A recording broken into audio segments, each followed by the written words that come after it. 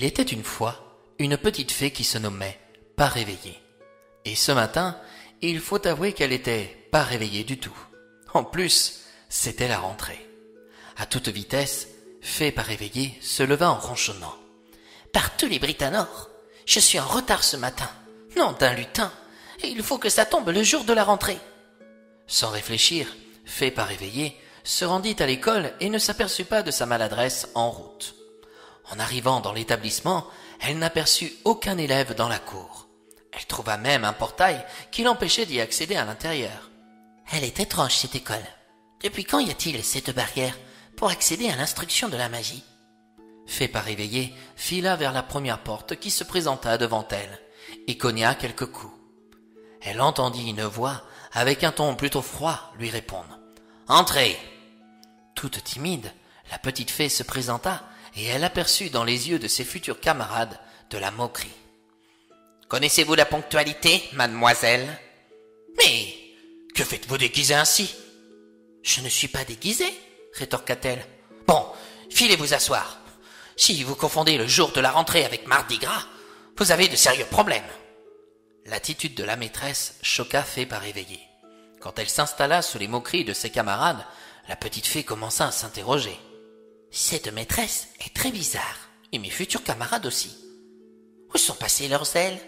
Et pourquoi les farfadets ont-ils enlevé leur chapeau? » Bon, commençons. Je m'appelle Madame Yasmina Pachier.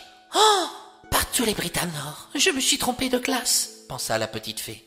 Oh, je n'ai pas affaire à la fée joie de vivre, mais à la fée Pachier. En même temps, son visage ne me dessert rien. Elle ressemble à une vieille chouette avec ses oignons autour de chaque oreille. Perdue dans ses pensées, la petite fée n'entendit pas la maîtresse crier à toute la classe. « Sortez vos fournitures! Et vous, mademoiselle Carnaval, où sont vos cahiers et vos crayons ?»« Oh, vous vous trompez, je m'appelle Fée Pas réveillée, répliqua la petite fée. « Comment osez-vous plaisanter avec votre manque de ponctualité? Et en plus, un jour de rentrée !» La petite fée commença à prendre peur en voyant la maîtresse se rapprocher de son bureau. Pourquoi était-elle si austère? « Je ne plaisante pas, c'est mon nom, je m'appelle Pas réveillée. »« Eh bien, vous le portez parfaitement. »« Quoi donc? »« Votre nom, mademoiselle Pas réveillée. Allez, sortez-moi vos cahiers et crayons. »« Pourquoi faire ?» Toute la classe ne put s'empêcher de rire face à l'attitude de la petite fée qui ne comprenait rien du tout.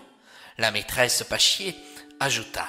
« Vous rigolerez certainement moins, mademoiselle, lorsque vous verrez votre cahier perdre ses feuilles, car avec moi, je n'accepterai aucune rature, aucune faute d'orthographe, lorsque je vous apprendrai à écrire. Sinon, je déchire la page. »« Mais je n'ai nul besoin d'apprendre à écrire, maîtresse Fée Pachier. »«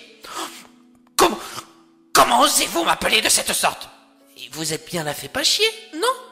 Ne contenant plus sa rage, la maîtresse prit le cartable de la petite fée et le déversa sur son bureau.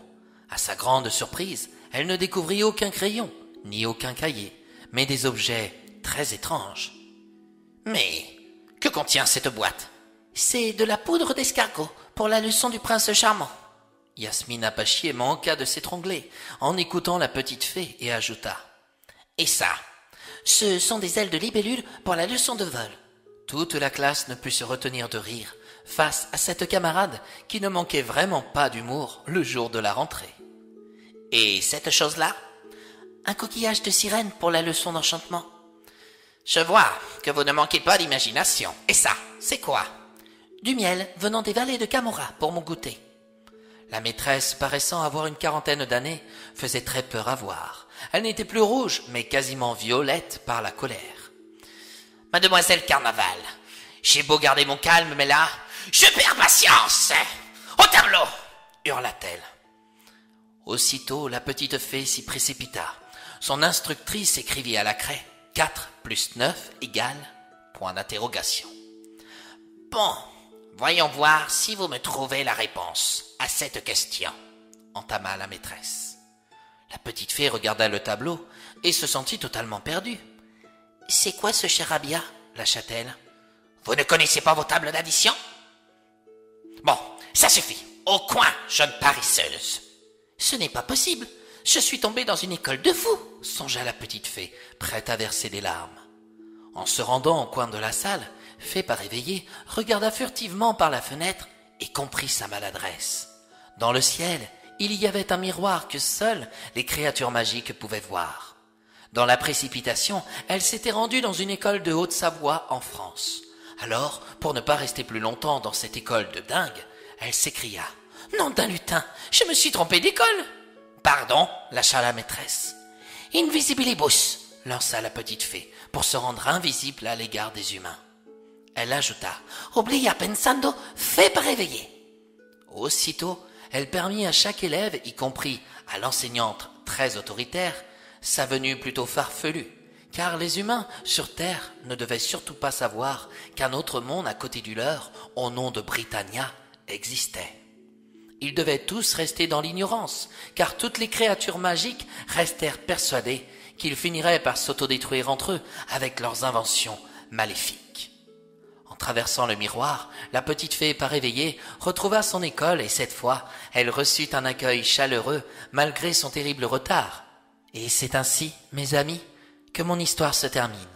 Ne cherchez pas à trouver la fée pas réveillée dans votre école, car son expérience parmi les terriens l'incita plus que tout à rester pour toujours auprès des Britanniens. Par tous les Britaneurs, et nom d'un lutin, je n'ai rien compris à l'enseignement de ces terriens. En tout cas, je me souviens de mamie qui me disait qu'elle adorait autrefois leur instruction civique. Je me demande bien ce qui a tant changé pour que ça devienne si compliqué.